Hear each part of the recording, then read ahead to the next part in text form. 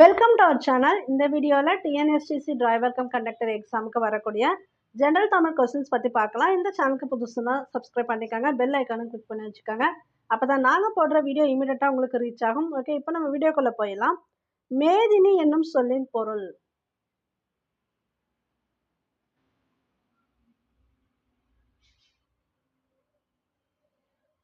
மேதினி அப்படின்னா உலகம் அப்படின்னு மீனிங்.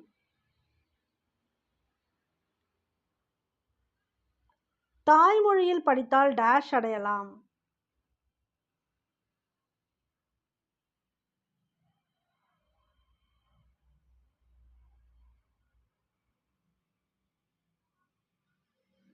மேன்மை அடையலாம்.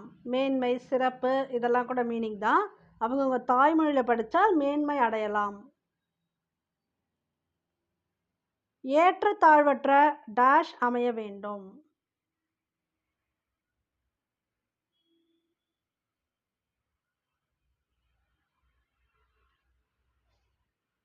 சமூகம், ஏற்றத்தாழ்வற்ற சமூகம் அமைய வேண்டும். நாள் முழுவதும் வேலை செய்து களைத்தவருக்கு டேஷாக இருக்கும்.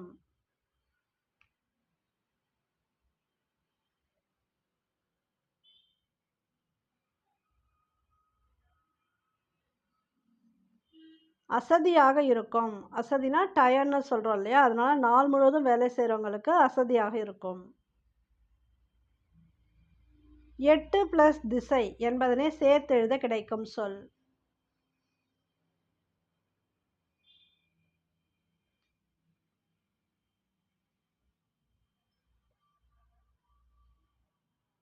எட்டு திசை, 8, 10 இதுக்கு பக்கத்தில் பார்த்தீங்கன்னா அந்த ஒற்றெழுத்து வரும். இப்போ பாருங்கள், இந்த இத்துங்கிறது ஒற்றெழுத்து.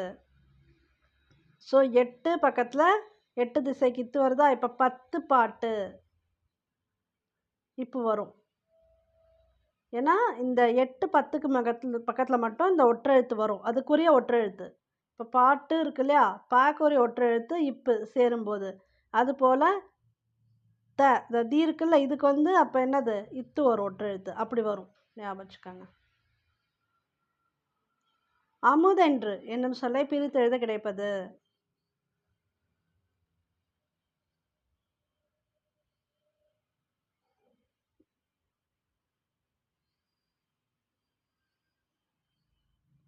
அமுது ப்ளஸ் என்று. உங்களுக்கு ஒரு கொஸ்டின் வரும் பிரித்து எழுதுகல. அமுது ப்ளஸ் என்று. செம்பயிர் என்னும் சொல்லை பிரித்து எழுத கிடைப்பது.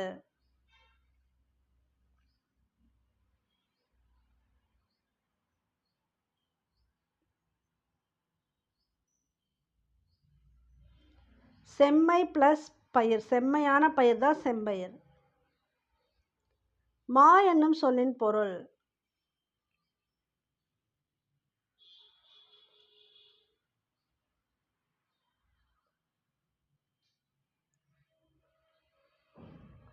இதில் பார்த்தீங்கன்னா மானா இது எல்லாமே வரும். மானா பெரிய அப்படிங்கிறது மீனிங். மானா மரம், மானா விலங்கு, ஸோ எல்லாமே உண்டு அனைத்தும். கமுகு என்னும் சொல்லின் பொருள்.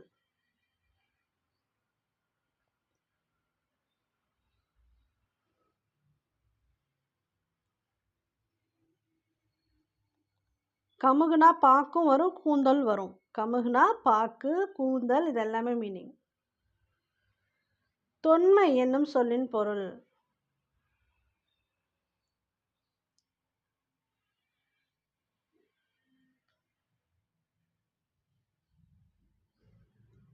பழமை, தொன்மையான இப்படி சொல்லுவாங்க இல்லையா, அப்படின்னா அது பழமையானன்னு அர்த்தம். ஆயுத எழுத்து 1 அக்கன்னா, அதை நம்ம ஆல்ரெடி பார்த்துருக்கோம் வீடியோலே. பழமொழியின் சிறப்பு டேஷ் சொல்வது.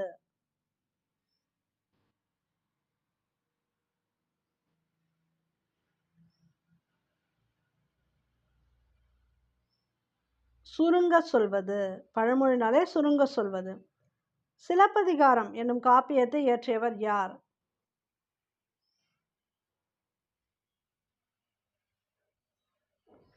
இளங்கோவடிகள்.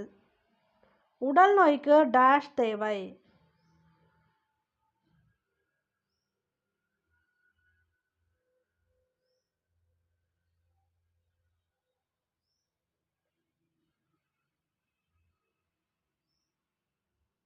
ஔடதம் தேவை. ஔடதம் அப்படின்னா மருந்து. உடல் நோய்க்கு மருந்து தேவை. இரட்டை காப்பியங்கள் என்று அழைக்கப்படுபவை எவை?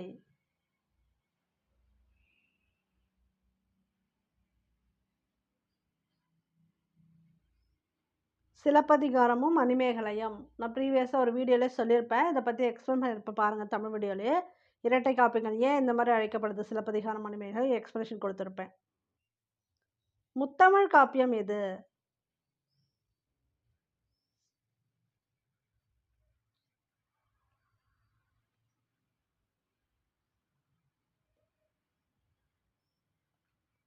சிலப்பதிகாரம்.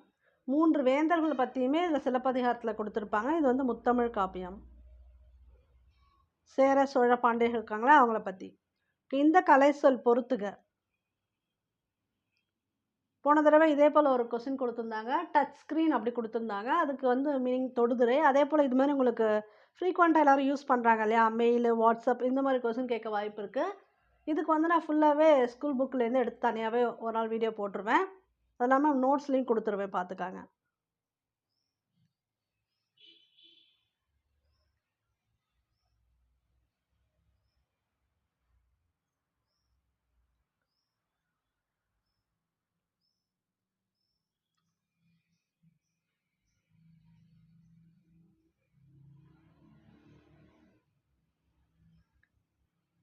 இதுக்கு ஆன்சர் வந்து ஆவண்ணா.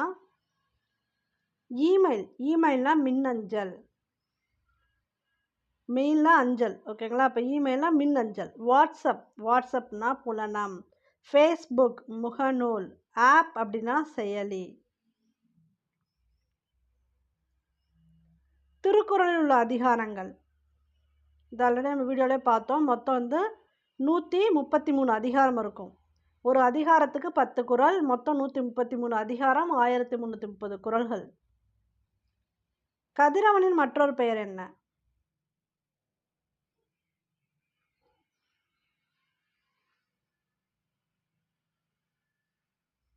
கதிரவன் அப்படின்னா ஞாயிறு அப்படின்னு மீனிங்.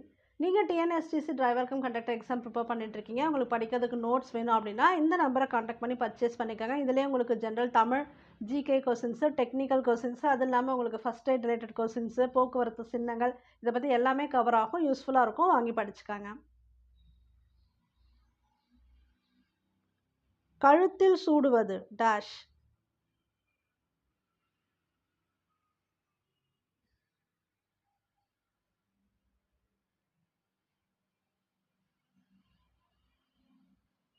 தார். கழுத்தில் சூடுறதுக்கு பேர் பார்த்தீங்கன்னா தார்னு அர்த்தம். பொற்கோட்டு என்னும் சொல்லை பிரித்தெழுத கிடைப்பது.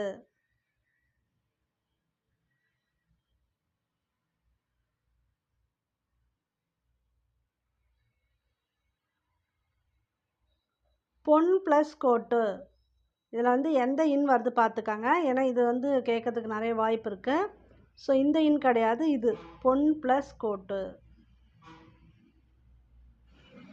சிட்டுக்குருவி வாழ முடியாத பகுதி. சிட்டுக்குருவி எங்கே வாழ முடியாதுன்னு பார்த்தீங்கன்னா துருவ பகுதியில் வாழ முடியாது. மக்களுக்கு மகிழ்ச்சி தருவது.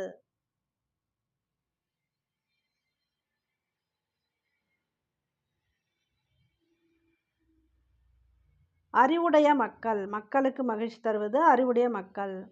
ஒருவருக்கு சிறந்த அணி.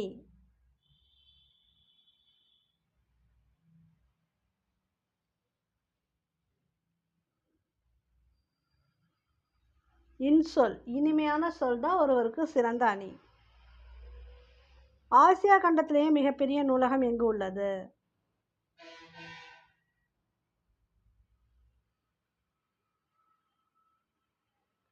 சீனா. ஏசியாலே மிகப்பெரிய நூலகம் எந்த இடத்துல இருக்குன்னா சீனாவில். சிறந்த நூலகர்களுக்கு எந்த விருது வழங்கப்படுகிறது?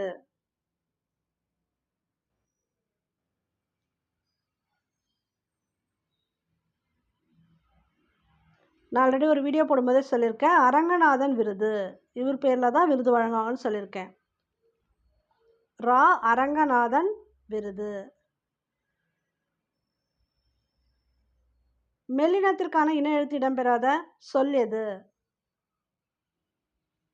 கண்ணில். பொருந்தாத சொல் எது? இது கூட கேட்க வாய்ப்பு இருக்கு. பொருந்தாத சொல். வென்றான். இதெல்லாம் ஒன்றா இருக்கு பாருங்க. நண்டு, வண்டு, கண்டான் இதெல்லாம் ஓகே. வென்றான் பொருந்தாத சொல். நன்றி அறிதல் பொறையுடைமை இன்சொல்லோடு இன்னாத எவ்வுயிர்க்கும் செய்யாமை கல்வியோடு. இந்த பாடல் வரிகள் யாருடையது?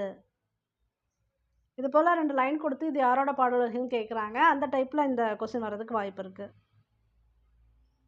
பெருவாயின் முள்ளியார். இவர் பிறந்த ஊர் கயத்தூர். பட் இந்த ஊர்லாம் கேட்கறதுக்கு கொஞ்சம் வாய்ப்பு தான் கம்மி தான். பட் அவர் என்ன இயற்றிருக்காங்கிறத பார்த்துக்காங்க. ஆசாரக்கோவை டேஷ் நூல்களில் ஒன்று.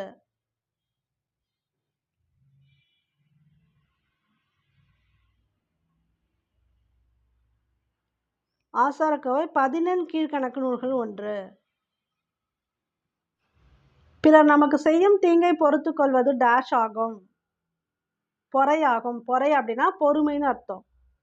அறிவு பிளஸ் உடைமை என்பதை சேர்த்து எழுத கிடைக்கும் சொல்.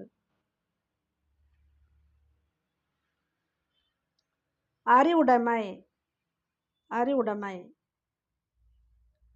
இவை பிளஸ் எட்டும் என்பதை சேர்த்து எழுத கிடைக்கும் சொல்.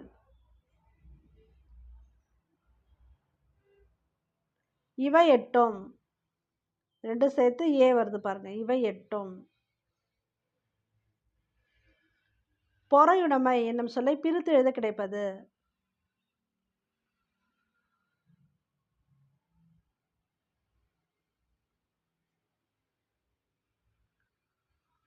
பொறை பிளஸ் உடைமை. தாள் என்பதற்கு டேஷ் என்று பொருள்.